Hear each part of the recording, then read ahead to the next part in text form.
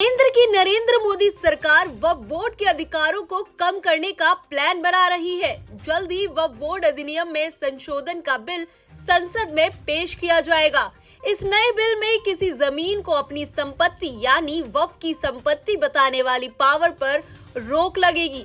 सूत्रों के अनुसार शुक्रवार को केंद्रीय कैबिनेट की बैठक में वक्फ कानून से जुड़े 40 संशोधन पर चर्चा के बाद इसे मंजूरी दे दी गई। प्रस्तावित बिल में मौजूदा कानून से जुड़े कई क्लॉज हटाए जा सकते हैं।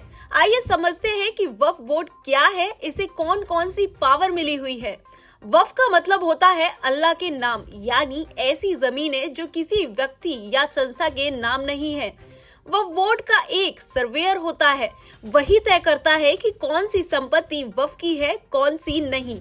इस निर्धारण के 3 आधार होते हैं। अगर किसी ने अपनी संपत्ति वक्फ के नाम कर दी, अगर कोई मुसलमान या मुस्लिम संस्था जमीन की लंबे समय से इस्तेमाल कर रहा है, या फिर सर्वे में जमीन का वक्फ की संपत्ति होना साबित हुआ।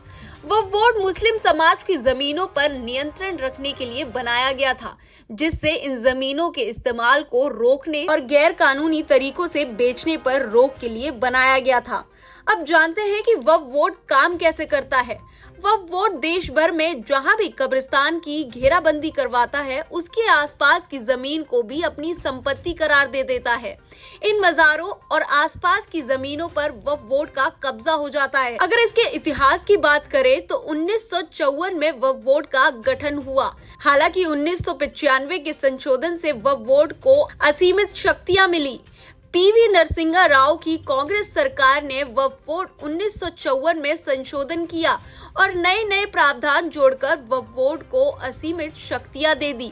वक्फ एक्ट 1995 का सेक्शन 3R के मुताबिक अगर कोई संपत्ति किसी भी उद्देश्य के लिए मुस्लिम कानून के मुताबिक पाक, मजहबी या चैरिटेबल मान लिया जाए तो वह वक्फ की संपत्ति हो जाएगी। वक्फ एक्ट 1995 का आर्टिकल 40 कहता है कि यह जमीन किसकी है, यह वक्फ का सर्वेयर और वक्फ बोर्ड तय करेगा।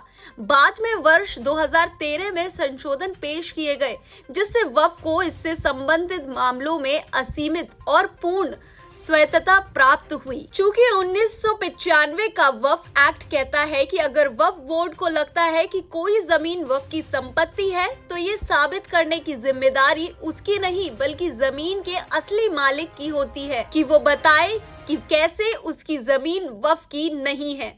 1995 का कानून यह जरूर कहता है कि किसी निजी संपत्ति पर वक्फ बोर्ड अपना दावा नहीं कर सकता, लेकिन ये तय है कि कैसे होगा कि संपत्ति निजी है। अगर वक्फ बोर्ड को सिर्फ लगता है कि कोई संपत्ति वक्फ की है, तो उसे कोई दस्तावेज या सबूत पेश नहीं करना होगा। सारे कागज और सबूत उसे देने हैं जो अब तक दावेदार रहा है। कौन नहीं जानता है कि कई परिवारों के पास जमीन का पुख्ता कागज नहीं होता है। वक्फ बोर्ड इसी का फायदा उठाता है क्योंकि उसे कब्जा जमाने के लिए कोई कागज नहीं देना है, इसलिए मुस्लिम पर्सनल लॉ बोर्ड इसका विरोध कर रही है। Bureau report, TV7 Bharat.